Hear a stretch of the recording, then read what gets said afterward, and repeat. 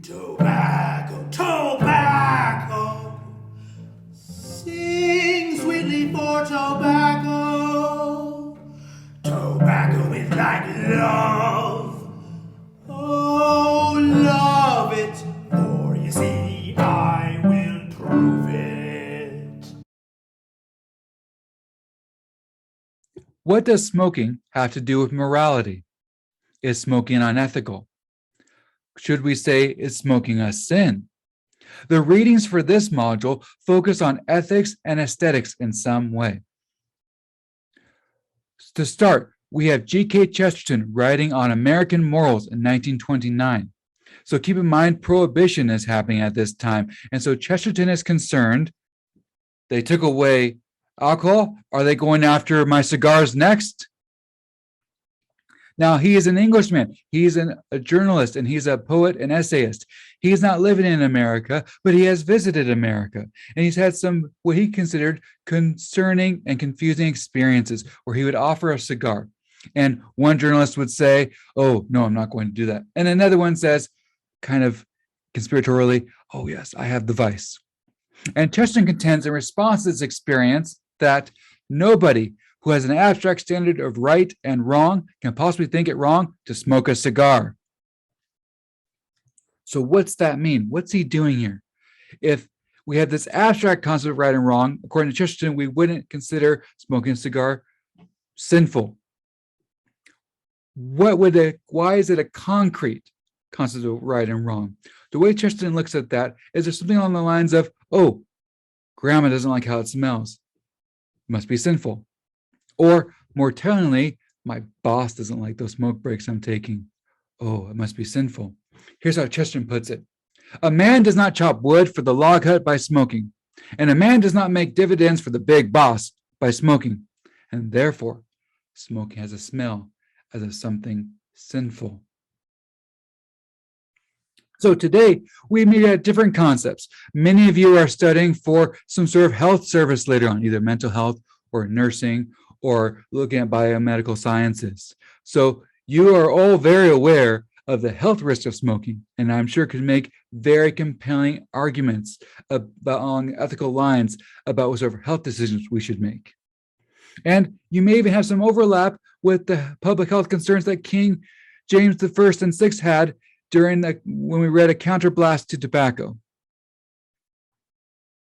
But Chesterton's looking at something a little bit different. He's thinking through, how has a puritanical cultural view been allowed to continue within America? Because as an Englishman, he has experienced that puritanical culture too, but differently than how we have it in America.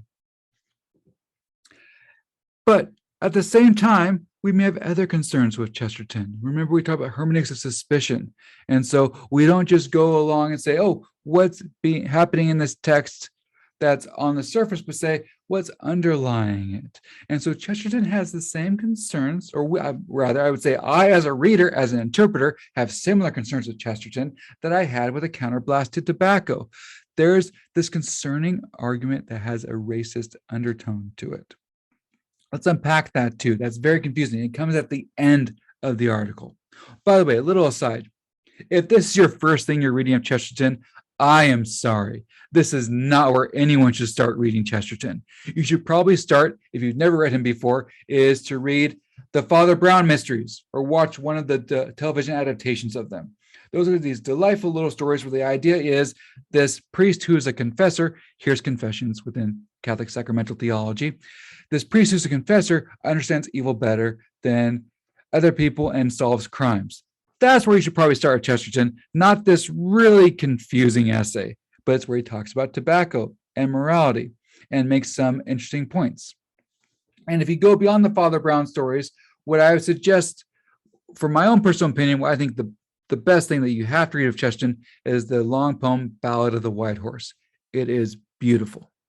But let's get back to the matter at hand. So there's this very concerning argument that happens at the end. And it was strange. So maybe when you read it and thought, what just happened there? Was that racist or was it not racist? And when you're reading historical texts like this, and you're thinking, was that racist? Yeah, probably was. We have a similar problem with other authors were like, how is that author treating women? And so if you have pause of it, I don't mean to necessarily condemn the author, but take that seriously. So what Chesterton starts doing at the end, he has this whole idea of we need an abstract standard of right. And then at the end, he starts talking about the Scopes trial and the Ku Klux Klan in almost a positive way. It's concerning. But there seems to be a layer to it where what he's trying to point out is the Scopes trial on evolution has a concerning racist aspect to it that he seems to be condemning. In contrast to different forms of the Ku Klux Klan, but there seems to be some irony there, some wry sort of like, okay, we know this is an immoral group, but at least they have principles compared to this other immoral group. But that still seems to be talking about the Klan in a way that we should have problems with. So remember what I said, if you are reading a historical document that includes depictions of tobacco, not say history, but an artistic depiction, it's going to have embedded in it these legacies of slavery in the tobacco trade, colonialism. It's going to be in there. We have to be aware of that as we're reading it. So that's Chesterton. And we can talk more about him maybe in office hours to chat about what's going on with him if you want to pursue that further. We have a very different tact taken by George Eliot as she writes about tobacco in her novel, Daniel Duranda. So this was published in 1876, and it's sort of a unique novel where it treats the Jewish characters with care and respect. There's this resource called the Daniel Duranda Notebooks, where we read about what was George Eliot studying. And here's the wonderful thing about it. She was learning Hebrew. She was looking at the liturgical rituals that she would display. There's this exquisitely beautiful depiction of Yom Kippur in Daniel Duranda that it's soaring and wondrous. And it's the titular character, Daniel Duranda, it's his first experience of Jewish liturgy. And sorry, spoiler alert, Daniel Duranda is a Jewish character, and that's part of the focus of the text and part of the focus of the part you're reading. We can't read the whole thing today, so here's a quick rundown of kind of the idea behind it. It's sort of a double novel in the sense that there's a novel about Daniel Duranda, a man who's trying to decide what to do with his life, who finds out that his heritage is that he's Jewish. And in 19th century Victorian era, that's something that is very important, that these characters are treated with respect and that it's not an anti-Semitic novel. It's unique in that. I cannot say the same thing about Dorian Gray, which you looked at also, this module. And that sort of was considered maybe the Jewish narrative is also with another narrative with a character called Gwendolyn Harleth, where she is going through a sort of developmental novel, sometimes called a Bildungsroman, where she's marrying for money with disastrous circumstances. And the character Grandcourt that you read about today is the horrible husband that she has. Scholars have argued about which is the better novel. Some have been like, they did not like the Daniel Duranda part, they like the Gwendolyn part. Others have been impressed by just how the Daniel Duranda aspect of the novel focuses on the beauty of Jewish worship and that all the things that George Eliot learned. All throughout, though, there's this liturgical theology of the Shema, the Jewish prayer of Hear, O Israel, the Lord is God, the Lord is one. And part of what that does is it brings together this idea of unity. And so it also brings out, though, that idea of acting ethically before knowing or before believing, this idea of orthopraxis, right practice. Not say as opposed, but as in distinction from orthodoxy, right belief. And we see that at play with how smoking is presented in this novel. And that's what you're reading. So the first part you read is going to be showing Grandcourt, the husband of Gwendolyn, and how he treats cigars, which if we follow Willem Flusser's idea of gestures, that we're discovering ourselves, and also there's a way of displaying ourselves to the ritual of using tobacco, that we can see that there's a way that Grandcourt displays himself, because here's how he uses tobacco, which you can't fully see in the short reading I've given you. But you can read it more fully if you're interested in this particular novel. Grandcourt is always wasting cigars. He lights them, doesn't fully finish them, throws them away. So there's two important things about that. One, he has access to cigars. So this shows an aspect of class. He is wealthy. He's able to have cigars. He's so wealthy, he's wasting them. So then you think about his character. Like, what would we do with a reading of gestures? What would we do with a hermeneutics of suspicion reading? And we'll get to our another theory we're thinking about later on for today. The second section is very, very different. So you have Daniel Duranda is with his friend Mordecai Cohen, and they're going to the Philosophers Club, which meets at a tavern. And it's this sort of early proto-Zionist movement where a group of Jewish thinkers are arguing about what is the future of the Jewish people. And tobacco plays an important role in that. We see our only time for this class, we see this idea of communal tavern hospitality culture. And so the Philosophy Club, what they're going to be using is a clay pipe much like this. So remember, the bowl is larger on this pipe because there's more access to tobacco. It's not as expensive. The early modern pipe I showed you on our first day was a smaller bowl because, remember from the song, tobacco like love makes you poor. So this is the kind of pipe they have in that part of your reading. And so clay pipes, they're cheaper. They are easier to sanitize. So what you're trying to do with when you're cleaning out a pipe is you need to remove debris and get rid of moisture. With this clay pipe, I can remove the debris, but I can also bake it in an oven to remove moisture. You'll probably read people say they used to break off the ends when using them in a communal tavern setting. That's probably not true. What was where they probably prepared them in between uses was to bake them in an oven. So this is the kind of pipe that will be used in this particular part of the novel. That's not the only depiction of tobacco, though. So and that's, remember, I also want to point out there, clay pipe, if I'm getting this, I'm renting it. So I have different financial means than a grand court who not only buys cigars, but waste them. So I'm using it in a tavern because I don't have a pipe of my own if I'm using this clay pipe. There's another depiction of tobacco with Daniel Duranda himself. He carries around a tobacco case for the purpose of offering to others. So we have Grand Court, who has cigars for himself, smokes them, wastes them. We have Duranda on the far other end, who has the cigars just for the purpose of offering to others, doesn't smoke them himself. So I know you haven't read the full novel, but where that's an important thing as far as gestures is it shows a lot about Duranda. Part of the development, the Bildungsroman that Duranda, his building, his growth, his cultural development goes through is figuring out how to not fully lose himself in the other. So he's in ways a very selfless person, but there's kind of a concern there because his identity is fully based on that. And so we see that in his gesture of not smoking the cigars themselves, but only offering them. Now, I also want to point out this from a different part, but part of where George Eliot seems to be on the side of smoking is whether it's ethical or unethical. We see where in these two examples you read that it seems to be more of the ethics of the smoker or non-smoker is revealed through how they use it. So there's that aspect. But there's also ways where in this novel, the authorial voice, the implied author, the narrator of George Eliot, suggests an opposition to that sort of lyrical smoker you read on the first day. Remember, there was in that Shape poem from a certain Charles Smith, there was in Kipling and John Clare, there was this idea of if I'm engaged and she wants me to stop smoking, then I'm choosing the pipe over her. Listen to this. Here's George Eliot's counter.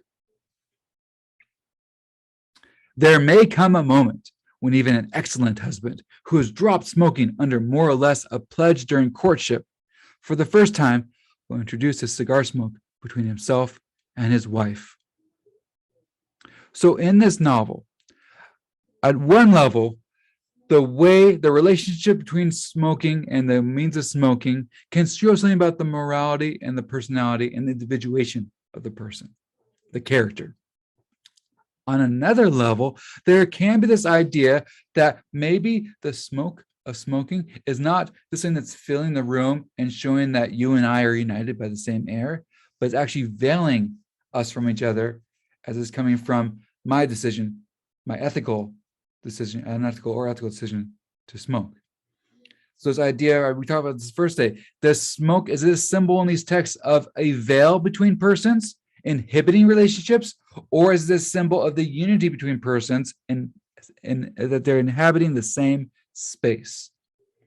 And there's a few more, we won't have time to talk about today, but there's a few more spaces where there seems to be relationships between Gwendolyn and others where we're seeing how the smoke is symbolic in that way.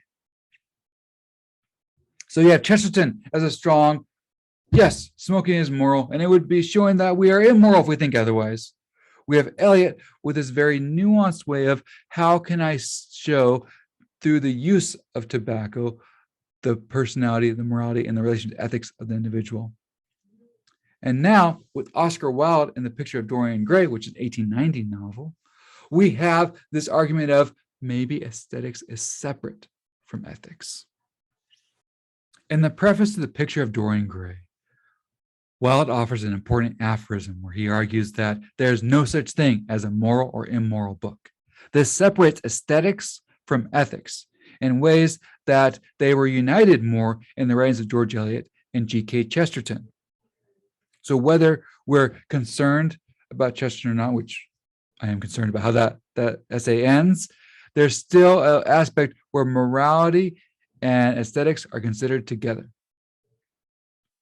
Wilde tries to separate those. And within the course of the novel, it seems like it's hard for us as the readers to keep separating them, because the end where the painting of Dorian Gray, the portrait, shows who he really is, it manifests his unethical actions through the aesthetic medium. So this book may be assessed for morality, even if its author proposes that there's no such thing as a moral or immoral book. But then the character Lord Henry remarks that the books that the world calls immoral are books that show the world its own shame. So there's a reading happening here where we see ourselves in this novel. And Wilde himself wrote that each man sees his own sin in Dorian Gray. So each of us sees ourselves in Dorian Gray. Think about this if you ever watch, which I do not suggest, even though it's over, if you ever watch an adaptation of the Picture of Dorian Gray. The novel makes it very unclear, like how is he ruining these people's lives? We can kind of guess, but we're not really sure. And adaptations, they want to make it into something, especially the more recent one. They want to show it. And that kind of takes that aspect out of it. Within this idea of whether or not there's a connection between aesthetics and ethics, the way that tobacco operates in this novel is very interesting. Here's sort of a famous quote. This is from Lord Henry, who's sort of the corrupter of the young Dorian. Here's what he has to say about cigarettes. A cigarette is the perfect type of a perfect pleasure. It is exquisite and leaves one unsatisfied. What more can one want? So this idea of a cigarette as a form of pleasure, and that the enjoyment of it, and that kind of harkens back to Willem Flusser, where you ask, why smoke? Because of pleasure, because I enjoy it. But there's this decadent view of cigarettes where it's perfect because it never fully satisfies. It's never completed. And that sort of temporality of the cigarette is something that the character, Lord Henry, finds very attractive about it. And you'll be looking through this module at different times that cigarettes and cigars are coming up. There's concerning ones. The way, look especially at the way the cigar is presented, how that character is presented, that's a concerning anti-Semitic vignette, which is something that contrasts very heavily with the uniqueness of Daniel Duranda, where Judaism is treated with respect and care and a focus on the beauty of rituals like Yom Kippur. So we're having something come through here, though, two kinds of reads, which what we want to think about this time. When I say everyone sees themselves in Dorian Gray, to paraphrase Wilde, that's something we could call a paranoid reading, much like hermeneutics of suspicion. With a paranoid reading, I'm on guard. I'm worried about pain being caused to me or to others through problems in the text. And this is from Eve Kosofsky-Sedgwick, an early queer theorist who was focusing on how can we have both reparative reading and paranoid reading. That's what we'll think about right now. Last time, we talked about the hermeneutics of suspicion. Remember, that comes from this idea of masters of suspicion, or the school of suspicion that Ricoeur talked about, Marx, Freud, and Nietzsche. And in that school of suspicion, we look for underlying motivations behind the text that maybe aren't readily apparent, ones that could be concerns, that could be problems. Sedgwick talks about this in the context of paranoid reading. So kind of seeing ourselves in danger from the text and kind of the ways that we try to protect ourselves from the text. But she also has the idea of reparative reading. How can we have pleasure from the text? How can we enjoy it? So maybe analogous to in Dorian Gray, the idea of the cigarette as the perfect type of a perfect pleasure. A reparative reading, whereas a paranoid reading would be defensive and would look at what is a concern about the text, where am I seeing myself maybe mistreated in the text. A reparative reading can say, what if I still enjoy this text? I mean that widely, not just written text, but any sort of media you consume as an interpreter. Are there ways that I enjoy this text? Are there ways where I am cared for or drawn to care for, even though there's problems in this text? And that can be a way that you can read too. So if we go back to Chesterton, hermeneutics of suspicion, very necessary. I look at the ways he talks about Native Americans, and I'm deeply concerned about that. I look at the ways he talks about the Scopes trial and talks about the Klan of all groups, and I can maybe see like, okay, he's doing something right here, but the very fact that that's a way to go to make his point concerns me. A reparative reading might be, where do I enjoy this text? Not losing sight of the structural issues. It does not require, it's not a naive form of reading, but where does this text have a way of repair for me as a reader? And I might have that, Chesterton, someone I could have that relationship with other texts. I mentioned before that The Battle of the White Horse is a very beautiful poem. Something that was actually very influential for me in my view of time in literature, because he telescopes time together in a beautiful way. But it could also have concerning elements. And the main takeaway I want you to have for this whole class, and with these sort of ideas of reparative and paranoid readings, is that Sedgwick's, I think, most important intervention is that these are relational stances to the text. You don't have to be like, I do critique, and that's it. Or I do the media theory from Willem Flusser, and that's it.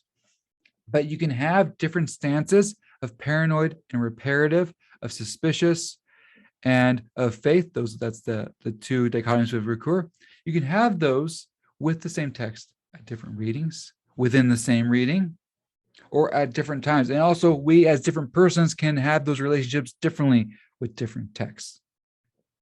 And so if you've ever had this time where you've been concerned with the text, but there's been some ways where it's fed you, where it's changed you, and you're trying to hold that sort of tension inside and not sure what to do with it, this could be a useful way of thinking for you, that these are relational stances. I still acknowledge the structural issues, but I don't have to ignore, where am I enjoying this?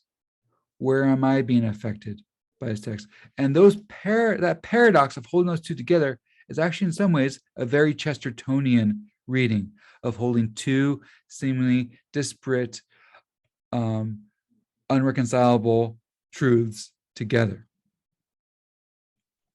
Tobacco is like love. Oh, love it, for you You see, I have